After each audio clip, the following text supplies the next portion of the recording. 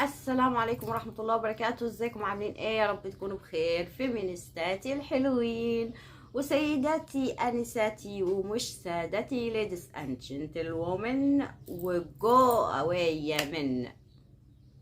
وحشتوني موت موت موت، وحشني اللت والرغي معاكم، واسفة على تقصيري معاكم بسبب ظروف صحية.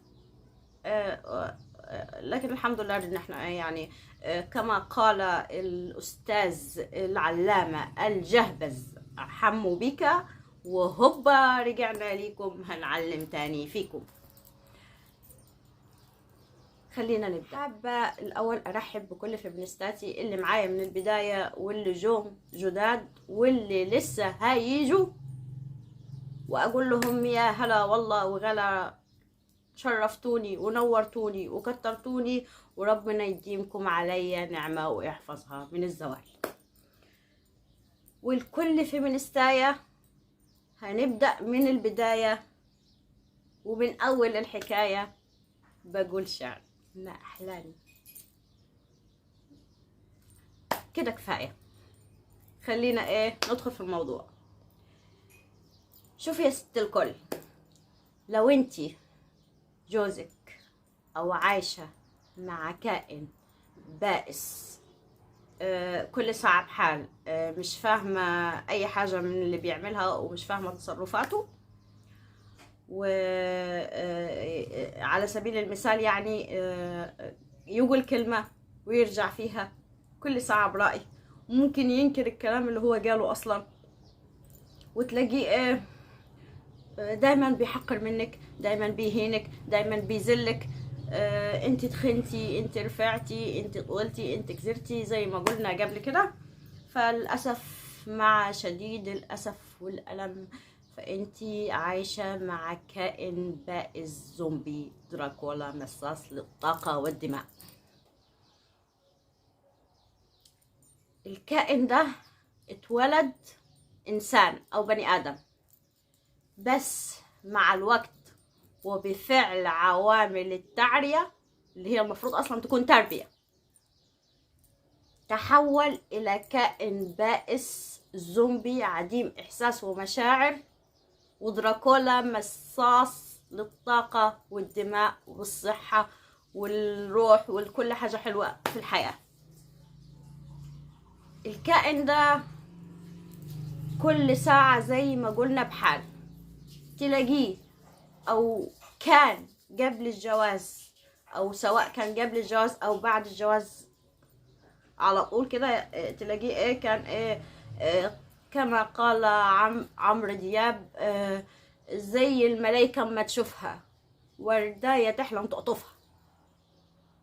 وتحول إذ فجأة بدون فعل فاعل، هو من نفسه كده تحول لإيه؟ كما قال اسمه مين دياب ده اللي هو اللي بيقول يا حبيبي اللي يخاف من العفريت أعوى عوى عو أعوى عوى عو. هو تحول بعد ما كان زي الملايكة ما تشوفها أصبح أعوى عوى عو. فلو انت عايشة مع الكائن البائس اللي هو العوى عوى عو ده، فانت لازم تعرفي ان انت عايشة مع انسان مضطرب الشخصية. هتلاقيه كده يا سلام على التدين والصلاة مثلا، في منهم كده تدين وصلاة وصيام وقيام وكل فرد بفرضه في الجامع وقراءة قرآن ويلا العقل ويلا الدين، بس تصرفاته معاكي بيبقى عكس كده خالص، تحسيه زكي رستم في رصيف نمرة 5. هو كده بالظبط انسان، او بلاش كلمة انسان ده لانه هو زي ما قلنا هو كان انسان، وسيبكم من المستقصدني ده كل ما اجي اعمل فيديو مش عارفة ايه حكايته. هتلاقيه كده كائن حي بائس زومبي دراكولا في نفسه برضو، زي اسمه مين هو ده، عادل أدهم في فيلم حافية على جسر الذهب بتاع ميرفت امين، اللي هو كان عزيز بيه تقريبا، عزيز بيه، اللي هو كان شفته هيبقى نفس الشخصيه بالظبط، اللي هو في الحته اللي كان بيقول لميرفت امين فيها في ناس ولاد ناس، وفي ناس ولاد 60 كلب. هو كده بالظبط، عنده في ناس ولاد ناس وناس ولاد 60 كلب. هو شخصية عزيز اللي هو عادل أدهم في فيلم حافية على جسر الذهب، اللي هو مغرور متكبر، الناس كلهم بالنسبة له ولا حاجة، هو بس. خلي بالكم عزيز هو يقصد بفي ناس ولاد ناس اللي هو يقصد نفسه، اما الناس ولاد 60 كلب اللي هو باقي الناس. ما علينا. من ضمن برضو صفاته اللي هو اهم صفة واهم دور بيقوم بيه واهم شخصية مين؟ خمنوا معايا كده، توقعوا مين من الافلام برضو؟ سي السيد. هتلاقوه شخصية اللي هو جنبيها اسمه مين هو الاخر؟ يحيى شاهين تقريبا. يحيى شاهين، لا مش يحيى شاهين، مش فاكرة اسمه ايه. المهم هو اللي هو السيد عبد الجواد وامينة. هو بقى تلاقيه في نفسه كده سي السيد، اللي هو بيعمل كل اللي هو نفسه فيه وكل حاجة حلال لي، لكن عندك انت بقى حرام. متطلعيش من غير اذنه، ما تاكليش من غير اذنه، ما تشربيش من غير اذنه، ما تعمليش اي حاجة من غير اذنه. هو يبقى له علاقات ويكلم ستات ويعيش ويتعايش عادي مع نفسه وحلال لي، لكن حرام عليك انت. هتلاقيه كده عبارة عن كوكتيل الشر بتاع ايام الابيض واسود بتاع زمان، اللي هو محمود المليجي على توفيق الدقن على عادل ادهم، الجماعة الحلوين دول الله يرحمهم بتوع زمان بتوع الشر. هتلاقي مجموعة الكوكتيل دي في شخصيته هو. ده الكائن البائس اللي في حياتك، انسان عديم الاحساس، عديم المشاعر، عديم الضمير، كل حاجة عنده كويسة عديم، معدومها، ما عندوش اي حاجة كويسة. كل متعته في الحياة وسعادته ان هو يهينك ويذلك ويسيطر عليكي ويحقر منك، ودي متعته الوحيدة في الحياة زي ما قلت لكم قبل كده. بيحولك من إنسانة عندها حياة وحيوية ونشاط وكل الناس بتحبها وعندها نشاطات في الحياة وبتحب الحياة، بيحولك حرفيا اللي هو ايه، كما قال عمرو دياب، انا عايش ومش عايش، يعني زومبي. يعني هو زومبي، وبيحولك لما بيمص طاقتك لزومبي برضو. هو ده الكائن البائس مضطرب الشخصية. فانت لو عندك الانسان ده تعرفي ان انت للأسف عايشة مع انسان مضطرب الشخصية، انسان مريض، شخصية سامة. ولو انهم صنفوا اضطراب الشخصية ان هو مش مرض، لانه هو بيكون في وعيه وهو وبيعمل كل اللي بيعمله فيه كده، لانه يعني هو واعي لكل تصرف مؤذي بيعمله معاكي. بيتعمد انه يهينك وبيتعمد انه يقلل من شأنك وبيتعمد انه يحقرك. انسان بجح، انسان عديم الدين، عديم الشرف، ما عندوش اي حاجة كويسة، عديم الاخلاق، عديم الضمير، عديم الاحاسيس والمشاعر زي ما قلنا، ما عندوش اي حاجة كويسة. تلاقيه مثلا يطلع كل الصفات البشعة فيكي حتى لو ما كانتش فيكي، بس هو كل اللي بيعمله انه هو الصفات دي عنده هو، بيسقط عقده عليك انت. كل اللي اتعمل فيه في طفولته بيردوا فيكي انت. يعني انت بالنسبة له كده زي ايه، يعني لخص كل الناس اللي كانوا مضايقينه في حياته وهو طفل اختصرهم فيكي مع انك مالكيش ذنب. طيب لو واحدة عندها الكائن الحي البائس الزومبي دراكولا ده، تتصرف ازاي معاه؟ لو انت عندك الكائن الحي ده، فانت ايه، ما قدامكيش غير خيار واحد بس ان امكن، لانه مش هيتغير زي ما قالوا بتوع علم النفس. وما تحطيش امل ان هو لو انت اتصرفتي معاه كويس او عملتي معامله كويسه ان هو هيتصلح حاله بعدين وهيبقى كويس بعدين وهيعجل والكلام الفاضي ده كله، لان ده بيفضل كده لغايه ما يموت، بيفضل زومبي لغايه ما يموت، بيفضل دراكولا بيتغذى عليكي لغايه ما يموت، بيسلبك كل حاجه، صحتك، فلوسك، روحك، كل حاجه عندك حلوه هو بيشفطها.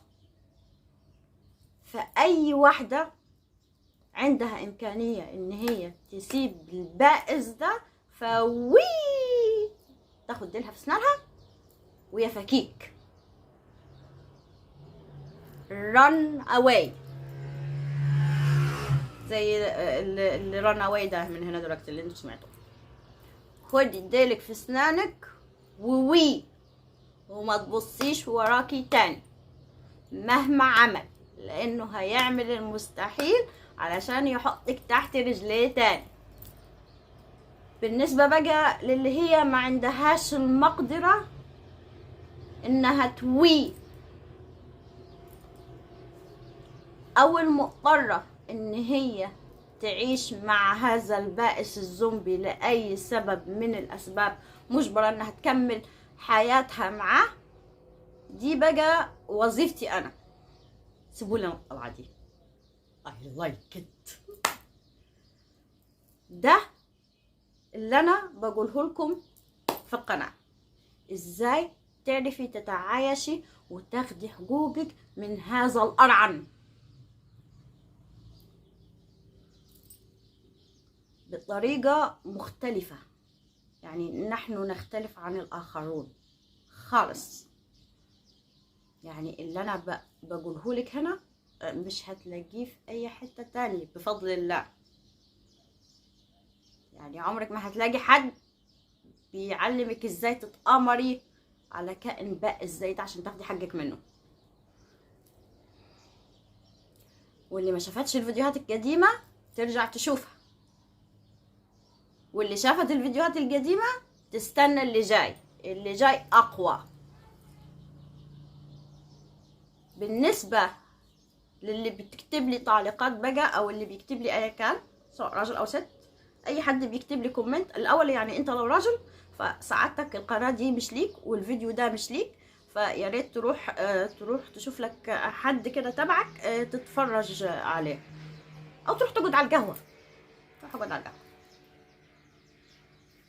هتنزل تشتم في الكومنتات، يعني انا مش دعوه انت اللي اهنت نفسك. انا بتكلم عن نوعيه معينه من الكائنات البائسه، اقصد من الرجاله اللي هم ايه، نوعيه الكائنات البائسه. انت بقى زعلان ليه؟ طالما انت زعلت ونزلت شتم فانت منهم. لو انت مش منهم هتزعل ليه؟ حد دسلك على جرح ولا حاجه؟ بالنسبه بقى للستات اللي بتدخل تكتب لي بقى كومنتات انت خربت بيوت واتقي الله، بالنسبه اللي بتقول لي الاول انت خربت بيوت، شوفي يعني انت واللي بتكتب لي برضو اتقي الله، انتوا الاثنين شوفوا، انتوا الاثنين انتوا حاجه من ثلاثه، يا اما مش عايشين العيشه اللي عايشاها الست اللي انا بعمل لها الفيديو ده واللي انا اقصدها بفيديوهاتي، في الحاله دي فانتوا ما تعرفوش حاجه ومش فاهمين حاجه، فاركنوا على جنب الله يبارك لكم وروحوا العبوا بعيد، ماشي؟ يا اما بقى انتوا عايشين نفس العيشه بس انتوا حابين الاهانه والذل، ودي قصه تاني، دي قصتكم، دي حريتكم الشخصيه. انتوا حابين ان انتوا تتذلوا وتتبهدلوا ويداس على كرامتكم، اجروا العب بعيد، مش قصتي. بس انا مغلطتش فيكي فما تغلطيش فيا، اوكي؟ يا اما بقى انتي يعني نفس النوعية بتاعت الزومبي دي. ليه؟ لان زي ما في رجالة زومبي، في برضو ستات زومبي، بس الغالبية العظمى من الرجالة. وانا مش قصتي ولا هدفي الرجالة، لان انا ست، فانا منحازة لجنسي وبكل فخر. انا منحازة لجنسي، فانا هتكلم عن الرجالة الزومبي. هخص كلامي بتتقال ازاي؟ انا هخص كلامي بالرجاله الزومبي، وبكلم او بخاطب الستات البائسات اللي عايشات مع هؤلاء الزومبيات. فالله يبارك لكم، يعني اللي بتقول لي اتقي الله انت في كلامك وانت خراب البيوت، اتقوا الله انتوا وسيبوني اشوف شغلي. ماشي؟ دعونا نعمل في صمت. ماشي؟ فروحي افهمي انا بتكلم عن مين، وايه هو اضطراب الشخصية، واللي عنده اضطراب شخصية ده بيتصرف ازاي، وايه صفاته. وبعد كده تعالي ابقي اكتبي لي اللي انت عايزه تكتبيه، وانا مش هرد عليكي برضه، عشان الشتيمة بتلف تلف وترجع لصاحبها. ماشي؟ وإلى لقاء آخر إن شاء الله، وانتظروا الجديد من مخططاتنا وخططنا ومؤامراتنا ضد الكائنات البائسين، الزومبيز والدراكولا. والسلام عليكم ورحمة الله وبركاته. باي.